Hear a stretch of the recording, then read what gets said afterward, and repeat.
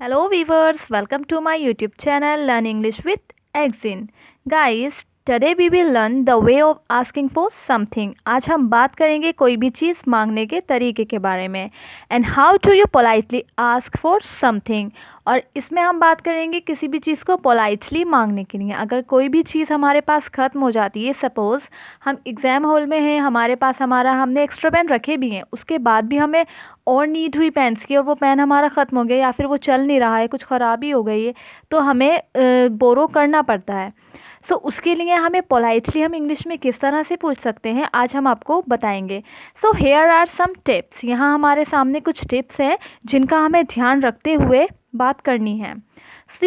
So first one is be direct but polite. Be direct but polite. कोई भी चीज़ मांगने में आपको डायरेक्ट रहना है। सेंस आपका आता है, आपके पास कोई चीज़ ख़त्म हो गई है तो आप तुरंत उसे मांगे, डायरेक्टली मांगे। आप ऐसा ना सोचें कि मेरे पास कोई भी चीज़ ख़त्म हो गई है तो मैं शर्मिंदगी महसूस करूं सामने वाले से मांगने में, मुझे मांगना चाहिए या नहीं मांगना चाहिए। ज़रूरत होती है तो चीज़ लेनी पड़ती है। सो डायरेक्ट रहिए बट पोलाइट। आपको विनम्रता नहीं छोड़नी है, विनम्रता के साथ ही मांगनी है वो चीज़। And the second is don't make it sound bad.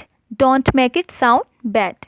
कोई भी चीज़ मांगते वक्त आपको जो आपका प्रोनाउंसिएशन है, जो बोलने का तरीका है, उसको थोड़ा सा पोलाइटली रखना है। बहुत ज़ोर से चीखना भी नहीं है, बहुत हल्के भी नहीं बोलना है कि सामने वाले को पता ही नहीं लग रहा है आपने उससे कुछ कहा। सो आपको अपने बोलने के तरीका पर ध्यान देना है और साउंड बैड नहीं करना है, इस तरह से नहीं मांगना है कोई भी चीज़ के सामने वाले को बुरा लग जाए, कहीं वो आपको देने से मना ही ना कर दे। And the third is avoid guilt. Avoid guilt. As I told you in first one, like be direct but polite, and the third one is similar. Like avoid guilt. आपको कोई भी चीज़ मांगनी है तो आपको ये नहीं सोचना है कि मुझे शर्मिंदगी महसूस हो रही है या फिर मेरे पास ये चीज़ ख़त्म हो गई, सामने वाला क्या सोचेगा। आपको कुछ नहीं सोचना है, आपका जो गिल्ट है वो आपको अवॉइड करना है। And the fourth is show respect. Show respect. सामने वाले से कोई भी चीज़ मांगते समय आपको रेस्पेक्ट शो करनी है, तमीज़ के साथ कोई भी चीज़ मांगे ताकि वो आपको ईज़िली दे दे, आपको देने से मना ना करे। And the fifth is ask someone who can give it to you. Ask someone who can give it to you. किसी भी ऐसे व्यक्ति से चीज़ मांगे जो आपको दे सके ईज़िली, आपको देने में मना ना करे। क्या होता है, हमारे बैचमेट्स होते हैं, क्लासमेट्स होते हैं, हमें उनका नेचर पता होता है कि सामने वाला कंजूस तो नहीं है, थोड़ा नकचड़ा तो नहीं है, और या फिर अच्छे नेचर का है, वो हमें चीज़ अगर हम मांगते भी हैं तो दे सकता है। इसलिए ऐसे व्यक्ति से मांगे जो आपको वो चीज़ दे सकता है।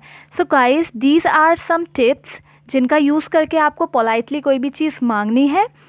सो आपको ये अच्छे से समझ आया होगा। And now I am going to tell you the way of asking. So guys, अब हम आपको बताएंगे कोई भी चीज़ मांगते हैं तो किस तरह से मांगते हैं, इंग्लिश में कैसे बोला जाता है, उसके लिए कौन कौन से सेंटेंसेस या फिर वर्ड्स यूज़ होते हैं। पहला होता है हमारा could. Could I have. Guys, जब कुड आई हैव का यूज़ होता है तो उससे शो होता है कि कोई भी चीज़ आप पोलाइटली मांग रहे हैं।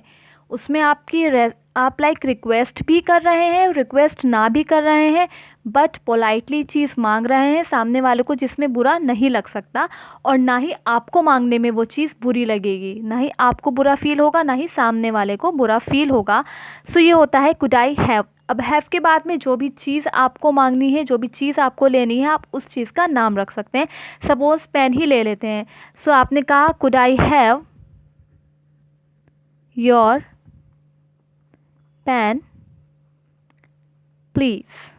Could I have your pen please. Could I have your pen please. हमने ये पोलाइटली मांगा सामने वाले से, क्या मैं आपका पेन ले सकती हूँ। सो गाइस, ये हमारा तरीका है। इसके अलावा और भी तरीके होते हैं जो मैं आपको बताती हूँ। The second way is may I take your mobile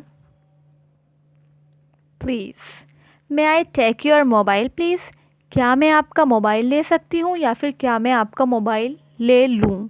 suppose आपके फ़ोन में बैलेंस ख़त्म हो गया है, आपको किसी को कॉल करनी है, उसके लिए आपको किसी और का फ़ोन लेना है, तो आप इस तरह से भी मांग सकते हैं, may I take your mobile please. So, and the third one is get me your notebook, please. Get me your notebook, please. So, guys, there are these three ways of asking something politely, and you can use these all. ये आपकी मर्ज़ी है आपको किस तरह कैसे use करना है, कहाँ यूज़ करना है, कौन सा यूज़ करना है, लेकिन ये तीनों ही आपके पोलाइटली मांगने के लिए होते हैं। कोई भी चीज़ आपको जो भी सेंटेंस अच्छा लगे आप वो सेंटेंस यूज़ कर सकते हैं। आप चाहें तो कुड आई हैव से मांग ले, could I have your pen please. आप चाहें तो मे आई टेक से मांग ले, may I take your mobile please. आप चाहें तो डायरेक्टली गेट मी करके बात कर सकते हैं, get me your notebook please. Okay guys, अब हम बात करते हैं सामने वाले की।